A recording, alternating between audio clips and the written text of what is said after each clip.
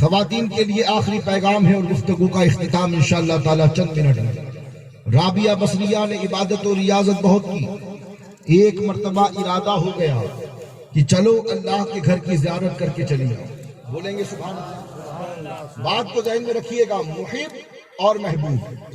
تو رابعہ بصریہ نے ارادہ کیا کیا کہ چلو اللہ کے گھر کی زیارت کر کے چلی آؤ۔ اللہ اکبر، رخت سفر باندھا، سامان تیار کیا، ایک قافلہ جا رہا تھا، اس کے ساتھ ہو لی۔ اب اس زمانے میں سواری کے لیے گاڑی یا فلائٹ کا تو استعمال ہو نہیں سکتا تھا۔ اس زمانے میں لوگ یا تو اونٹوں پر بیٹھ کر سفر کرتے، یا گھوڑوں پر سفر کرتے، یا کھچر یا گدھوں۔ تو رابعہ بصریہ کے پاس ایک گدھا تھا جو انتہائی کمزور اور لاغر تھا۔ تو رابعہ بصریہ نے اپنا سامان اس گدھے پر لادا اور اسے اپنے ساتھ لے چلی۔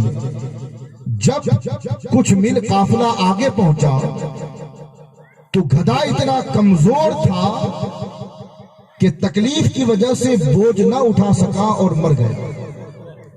تو رابعہ بصریہ نے اللہ کی بارگاہ میں ہاتھوں کو اٹھایا اور عرض کرتی ہے کہ پروردگار، بلایا بھی تو نے، اور ایک سواری تھی اس غریب رابعہ کے پاس، وہ بھی تو نے چھین لی۔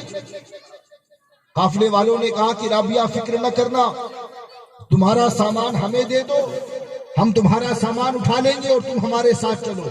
تو رابعہ بصریہ کا توکل دیکھیں، ارشاد فرماتی ہیں کہ میں سفر حج کے لیے تمہارے بھروسے نہیں نکلی تھی، میں اپنے رب کے بھروسے نکلی تھی۔ انتظام بھی وہی فرمائے گا۔ اب ہاتھوں کو اٹھا کر دعا کی، پروردگار، میں تیرے گھر کی زیارت کو نکلی تھی، تیرا دیدار کرنا چاہتی تھی، ایک سواری لے کر نکلی تھی، وہ بھی لے لی۔ اے پروردگار، اب جب تک تو انتظام نہیں کرے گا میں ایک قدم بھی اپنا آگے نہیں بڑھاؤں گا۔ ابھی رابعہ بصریہ کے ہاتھ اٹھے ہی ہوئے تھے کہ اللہ نے ایسا معجزہ کر دکھایا کہ وہ مرا ہوا گدھا زندہ ہو گیا۔ اب رابعہ بصریہ نے پھر دوبارہ سامان لادا اور سفر کے لیے چل پڑی۔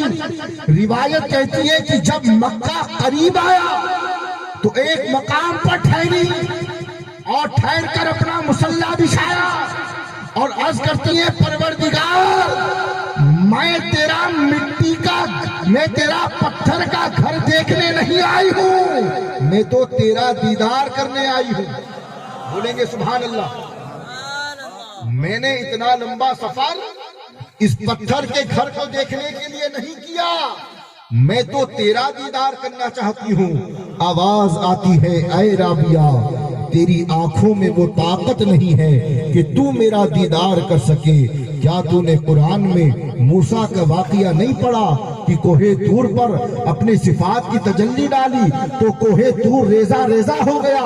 اے رابعہ، اپنی حد میں رہ اور سفر کا آغاز کر۔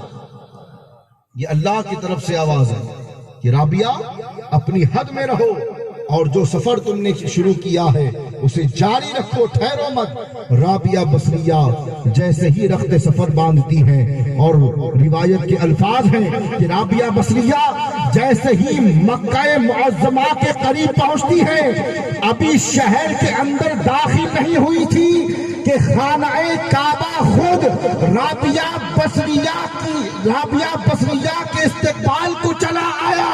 جب رابعہ بصریہ نے خانہ کعبہ کو استقبال کے لیے آتا دیکھا تو پھر وجد میں آ کر کہتی ہے، اے کعبہ، مجھے تجھ سے مطلب نہیں ہے، مجھے تو اس رب سے مطلب ہے جسے نسبت ہے تیرے۔ رابعہ بصریہ کہتی ہیں، اے پتھر کے گھر، مجھے مکان سے غرض نہیں ہے، مجھے مکین سے غرض ہے۔ تو جو اللہ کے ولی بن جاتے ہیں، جو اللہ کا قرب پا لیتے ہیں، جو اللہ کی رضا کو حاصل کر لیتے ہیں، پھر ان کا یہ مقام بن جایا کرتا ہے کہ وہ اللہ کی رضا نہیں چاہتے، پھر اللہ ان کی رضا چاہتا ہے۔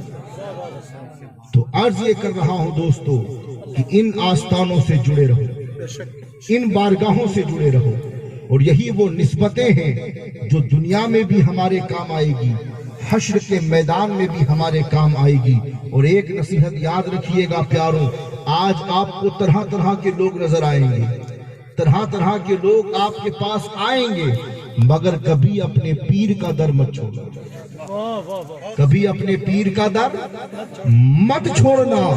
پیر نظمی نے کیا ہی خوب فرمایا کہ اپنے پیر کو چھوڑو مت، دوجے پیر کو چھیڑو مت، اور اپنی نسبت کو آگے بڑھائے جائے۔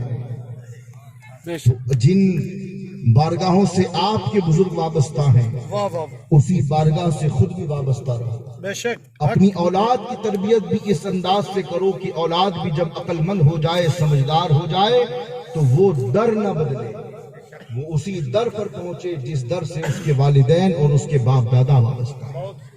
یاد رکھیے گا، ایک کہاوت ہے کہ 17 ماما کا بھانجا بھوکا رہتا ہے۔ 17 ماما کا بھانجا بھوکا رہتا ہے، کیوں؟ ایک ماما سمجھتا ہے کہ وہاں کھا لیا ہوگا، دوسرا سمجھتا ہے کہ وہاں کھا لیا ہوگا، اور جس کا ایک ہی ماما ہو وہ اپنے بھانجے کی فکر کرتا ہے۔ بولیں گے سبحان اللہ؟ تو در ایک ہی پکڑ کر کے رکھو۔ ان بارگاہوں میں بہت طاقت ہے پیاروں، صدق دل سے مانگو گے تو اللہ تمہاری مرادوں کو ضرور پوری فرمائے۔ ان کے دامن سے وابستہ رہو تاکہ تمہارا ایمان سلامت رہے، کیونکہ اعمال کام نہیں آئیں گے اگر ایمان سلامت ہے۔ اگر ایک سجدہ بھی تم نے ایمان کے ساتھ رب کی بارگاہ میں کیا ہے تو وہ تمہاری بخشش کے لیے کافی ہے۔ تو مولا میری گفتگو کو قبول فرمائے، جو قصداً سہمن لفظاً معناً غلطیاں ہوئی مولا اسے معاف فرمائے۔ وما علینا الا البلاغ المبین۔ السلام علیکم ورحمۃ اللہ۔